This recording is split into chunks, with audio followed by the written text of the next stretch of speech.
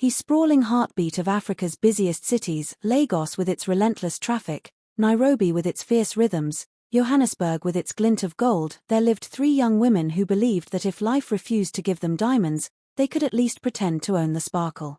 They met in Lagos, a city that never apologized for its chaos and never slowed down for anyone. A city where dreams walked around in 6-inch heels and lies wore designer perfume. Their names were Amora, Kendi, and Thobile. Individually, they were broken puzzles. Together, they formed a perfect illusion. Amora stepped into Lagos with a suitcase full of clothes and a heart full of ambition. Born in a small compound in Enugu, she grew up knowing the smell of chalk from her mother's teaching job and the oily scent of her father's taxi engine. Nothing about her childhood sparkled. But online, she was a goddess of luxury. Her Instagram page was a parade of silk dresses, rooftop brunches, golden sunsets reflecting off champagne flutes, and carefully angled shots of designer bags she never truly owned. She had mastered the art of posing just long enough in front of hotel pools she wasn't lodged in. 80,000 followers adored a lifestyle that wasn't hers. And with every new follower, Amora's lie grew heavier. Kendi was beauty carved by the Nairobi sun, dark-skinned, tall, and magnetic. Everywhere she went, whispers followed. Men stared. Women admired. But behind the perfect makeup and endless confidence, she hid a loneliness that gnawed at her. To the world, she was engaged to a wealthy man in Dubai. A mysterious fiancé who sent her flowers she bought for herself and gifts she paid for in installments. In truth, she lived on the edge of danger, dating older men who offered money with one hand and threats with the other. Men who could destroy her with a single leaked photo. Men who reminded her that she belonged neither to wealth nor respectability. Thobile had the kind of intelligence that could slice through anything except her own insecurities. She was a call center agent in Joburg, earning just enough to survive. But survival wasn't enough for her. She wanted to be seen. So she dressed the part. Wigs that cost 4 times her salary. Shoes that sparkled too brightly for someone drowning in credit card bills.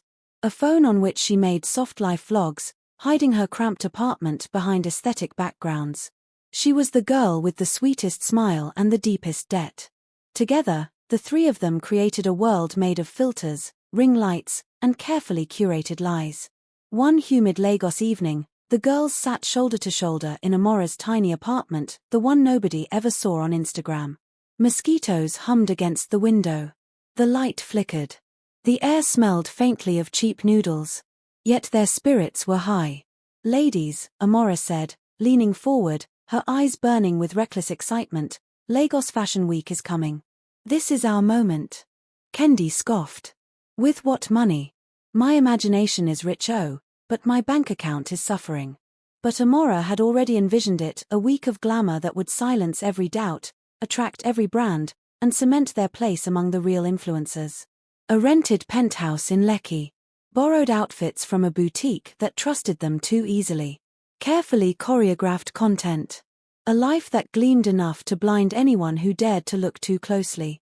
Thobile hesitated, fear tightening her chest. "My credit card is crying already. If I add anything to it, I may never recover." Yet the fear of missing out, the fear of being the only one left behind, pressed harder. Eventually, they all nodded. The lie would continue. The penthouse felt like heaven had landed in Lagos. White marble floors that reflected their faces. Windows so clear the world looked like a painting. A pool that glowed at night like liquid sapphire. The girls entered as ordinary women but transformed instantly into queens. Every morning began with photo shoots, sunlight filtering through curtains, bouncing off their skin, turning them into art. Every night ended with laughter, clinking glasses filled with champagne bought on credit. Their followers worshipped them. Their names floated across social media like stars rising. For the first time in a long time, they felt seen. Desired. Important. But beneath the glitter, the cracks widened. One night, Kendi's phone rang. The call froze her blood. It was one of the older men she'd been avoiding, a man who knew too much. A man who threatened to expose her if she didn't come that night. She sank to the kitchen floor, trembling, biting her lip to stop the sobs. In the living room, Amora and Thobile heard her muffled cries, but no one spoke. They each had their own shame. Her mother's voice through the phone was soft and breaking. "Your father is very sick. We need money for the hospital, please." Amora stared at her balance, 2,430 Nigerian nairas. The rest was gone, burned on clothes, champagne, and a lifestyle that didn't belong to her. Yet she posted a photo moments later with the caption, "Grace upon grace." Her heart cracked. Thobile received the email like a slap. Final warning, legal action pending. She sank onto the bed, staring at herself in the mirror. The lashes. The wig. The flawless makeup. She looked like a success story. But inside, she was a collapsing house. "I can't do this anymore," she whispered. Fashion Week arrived, glittering and unforgiving.